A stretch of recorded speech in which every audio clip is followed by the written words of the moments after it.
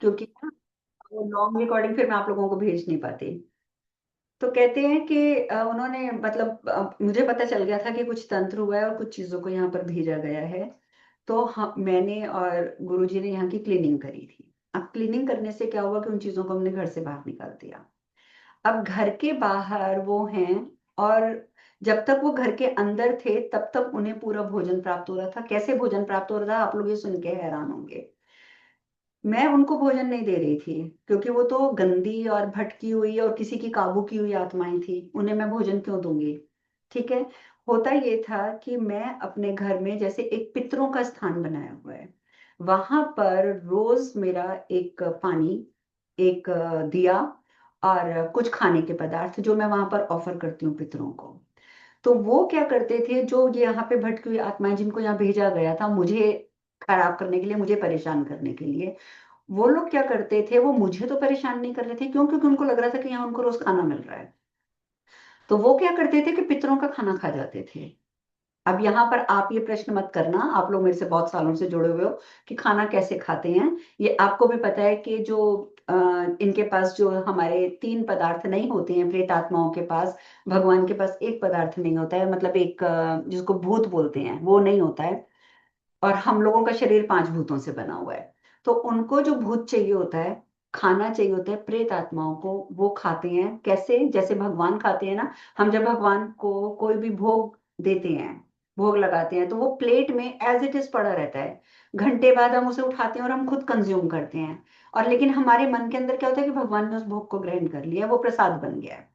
तो इसी प्रकार से, और भगवान कैसे ग्रहण करते हैं, सिर्फ उसकी सुगंध से ग्रहण करते हैं। वो जो हवा में उस पदार्थ की सुगंध फैलती है उसको भगवान खाते हैं, और उनका उनको तृप्ति मिल जाती है। और हम क्या फील करते हैं कि भगवान ने हमारा भोग स्वीकार कर लिया, अब ये प्रसाद है, इसे हम खा लेंगे। सेम उसी प्रकार से, बिल्कुल सेम उसी प्रकार से, जब हम अपने पितरों को भोजन अर्पित करते हैं, तो जो आसपास अगर गंदी एनर्जीज हैं या पितर हैं, वो उसकी सुगंध को, उसकी सुगंध से उसमें से उठने वाली वाइब्रेशन को अपनी कंज्यूम करते हैं।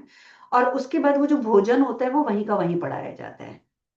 तो मेरी रूटीन क्या है कि रोज सुबह उठकर वो जो उनको भोजन दिया है वो मैं घर के बाहर किसी पेड़ के नीचे डाल देती हूँ। तो वहां पर वो खा लेते हैं। जो पानी होता है वो पौधों में डाल दिया, या मेन डोर पे डाल देते हैं, क्योंकि मेन डोर पे डाल दो तो घर की प्रोटेक्शन होती है। तो इस तरह करती थी। तो मैं गुरुजी से मैंने क्वेश्चन किया। मैंने कहा कि खाना जो मैं पितरों को देती थी, मैं मानती हूँ कि वो ये लोग खा जाते थे और मेरे पितर रहते थे भूखे, लेकिन वही खाना तो मैं रोज सुबह उठाकर बाहर फेंक देती हूँ। और गिलहरियां आती हैं, कौवे आते हैं, और भी चिड़ियां आती हैं, वो सब वो खा जाते हैं, क्योंकि मैं नट्स देती हूँ ताकि ये लोग खा सकें। तो मैंने कहा, तो अगर वो मेरे घर के बाहर खड़े होकर भूख से पीड़ित हैं तो वो खाना क्यों नहीं खा रहे? खाना तो वही है जो मैं बाहर देती हूँ। तो तब मुझे गुरुजी ने समझाई थी ये बात। उन्होंने कहा कि वो ये खाना नहीं खाएंगे।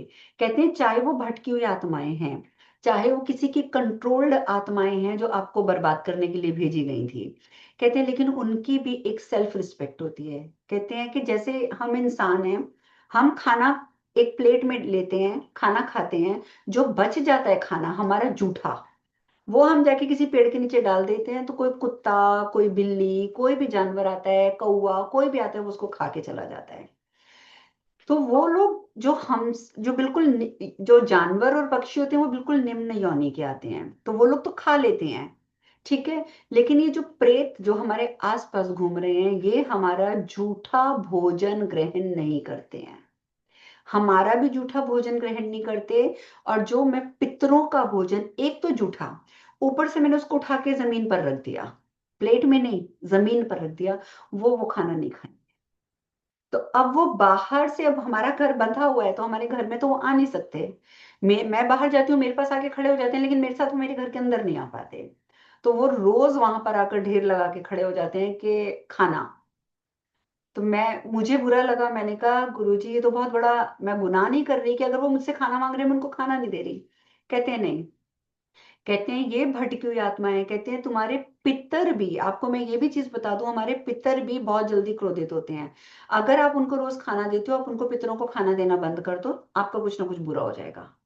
क्योंकि पितर जो होते हैं वो भगवान नहीं है। भगवान जो है वो हमारी गलतियों को क्षमा करते हैं। देवता जो है वो हमसे कुछ मांगते नहीं है, हम उनसे कुछ मांगते हैं वो हमें दे देते हैं। लेकिन पितर कहते हैं हमें दो, हमसे आशीर्वाद लो, नहीं दोगे तुम्हारा नुकसान होगा। वो पितर भी खुंदकी होते हैं। और ये जो प्रेत आत्माएं होती हैं, अगर आप इनको देते हो और अगर आप इनको आगे नहीं दोगे, इनको मौका मिलेगा ये तुम्हें खा जाएंगे। तो इसीलिए इन्हें फीड नहीं करना चाहिए। बुरा लगता है कि कितने टाइम से मैं उनको देख रही हूँ, रोज बाहर खड़े रहते हैं, रोज खाने की तलाश में आके मुझे घेर के खड़े हो जाते हैं खाने की वजह से, लेकिन मैं दे नहीं सकती, क्योंकि मुझे पता है कि मैंने इनको एक दिन दे दिया ना, तो इन्होंने मुझ पे ही हावी हो जाना है। तो ये समस्या है। अपने शरीर को तबाह करने वाले इस तरह भटकते हैं। उन्हें भूख लगती है, प्यास लगती है, वो कुछ कहना चाहते हैं, हमसे कह नहीं पाते। वो कुछ मांगना चाहते हैं, हमसे मांग नहीं सकते। वो हमारी बातें सुनते हैं, लेकिन हमें अपनी बात सुना नहीं सकते। तो इसीलिए कहा जाता है कि ये प्रेत योनि जो होती है सबसे दर्दनाक योनि होती है। उन्हें ठंड लग रही है, गर्मी लग रही है, सब कुछ लग रहा है, but they can't do anything.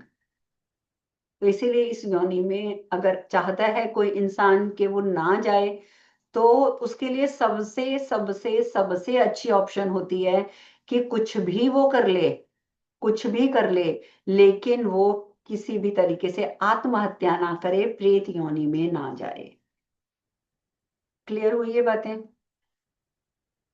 अब इससे रिलेटेड अगर आप लोगों का कोई भी प्रश्न है